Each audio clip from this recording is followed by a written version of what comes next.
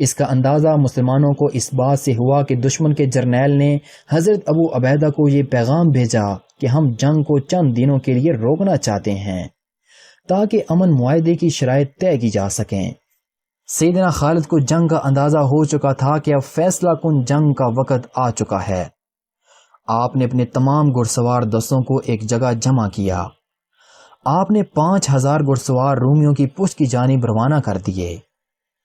سیدنا خالد کو یہ یقین ہو چلا تھا کہ وہ اگلے دن اس جنگ کو پایہ تکمیل تک پہنچا دیں گے اور رومی یقینی طور پر فرار کا راستہ اختیار کریں گے۔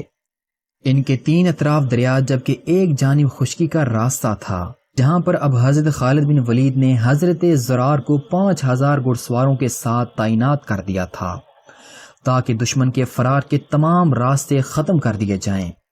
پھر وہی ہوا کہ جس کی امید تھی۔ چھٹے دن جب اللہ کی تلوار چلنا شروع ہوئی تو رومی اس کے حملے کو سہ نہ پائے۔ پہلی مرتبہ ساری رات لڑائی جاری رہی۔ آنے والے طویل عرصے تک مسلمانوں میں اس خوفناک رات کے قصے عام رہے۔ ہزاروں کی تعداد میں دشمن کے سپاہی قتل ہوئے، یہاں تک کہ ان کا سپہ سالار بھی اس جنگ میں مارا گیا۔ حضرت خالد بن ولید اور تمام مسلمانوں نے بے دریغ دشمنوں کا قتل عام کیا اور رومی فوج کی کمر توڑ کر رکھ دی۔ اب عام پسپائی کا آغاز ہو چکا تھا۔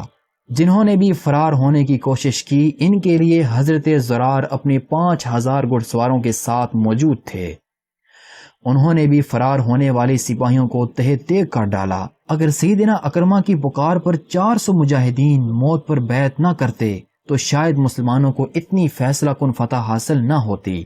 حضرت اکرمہ اور ان کے بیٹے اس جنگ میں شدید زخمی تھے اور بعد میں ان زخموں کی تاب نہ لاتے ہوئے وہ بھی شہید ہو گئے۔ فتح کی خوشخبری جب مدینہ پہنچی تو سب مسلمانوں میں خوشی کی لہر دوڑی۔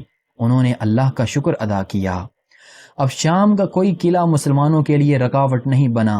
بازنطینی حکمران ہرقل نے جب اپنی شکست کا احوال سنا تو اپنے اہل و عیال اور ساز و سامان کے ہمراہ قسطنطنیہ فرار ہو گیا۔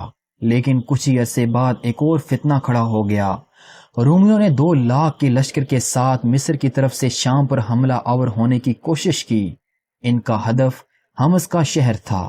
جب حضرت خالد بن ولید اور حضرت ابو عبیدہ بن جراح اپنے چھوٹے سے لشکر کے ساتھ قیام پذیر تھے، مسلمانوں میں گھبراہٹ اور پریشانی پیدا ہو گئی۔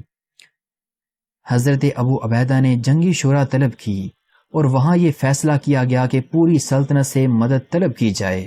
خلیفہ کو بھی خط لکھے گئے اور یہ فیصلہ بھی کیا گیا کہ قلعہ بند ہو کر لڑا جائے۔ جب یہ فیصلہ اللہ کی تلوار کے سامنے رکھا گیا تو آپ جلال میں آ گئے۔ آپ نے قسم کھائی کہ ہم کبھی بھی قلعہ بند ہو کر لڑائی نہیں کریں گے، اور آپ نے حضرت ابو عبیدہ سے اجازت مانگی کہ ہم میدان میں جا کر دشمن کا مقابلہ کریں۔ ہم اس سے پہلے بھی بڑے بڑے لشکروں کو شکست سے دوچار کر چکے ہیں، یہ تو معمولی بات ہے۔ تمام شہسواروں نے ان کی اس بات سے اتفاق کیا۔ حضرت ابو عبیدہ نے ان کو کھلے میدان میں جانے کی اجازت دے دی، لہٰذا مسلمانوں نے حمص سے باہر نکل کر اپنی صفیں ترتیب دینا شروع کیں۔ حضرت خالد بن ولید کو مقدمۃ الجیش یعنی ہراول دستے کے ساتھ آگے بھیجا گیا تاکہ آپ دشمن کی نقل و حرکت کا پتہ لگا لیں۔ سیدنا خالد اپنے چھوٹے سے ہراول دستے کے ساتھ صرف صورتحال کا جائزہ لینے گئے تھے، مگر پھر اس طرح دشمن پر ٹوٹ پڑے کہ 2 لاکھ کے لشکر کو تہہ تیغ کر ڈالا۔ جب حضرت ابو عبیدہ بن جراح دشمن کے مقابلے کے لیے صفیں ترتیب دے رہے تھے تو حضرت خالد بن ولید نے انہیں واپس آ کر خوشخبری سنائی کہ دشمن کا سوایہ ہو چکا ہے۔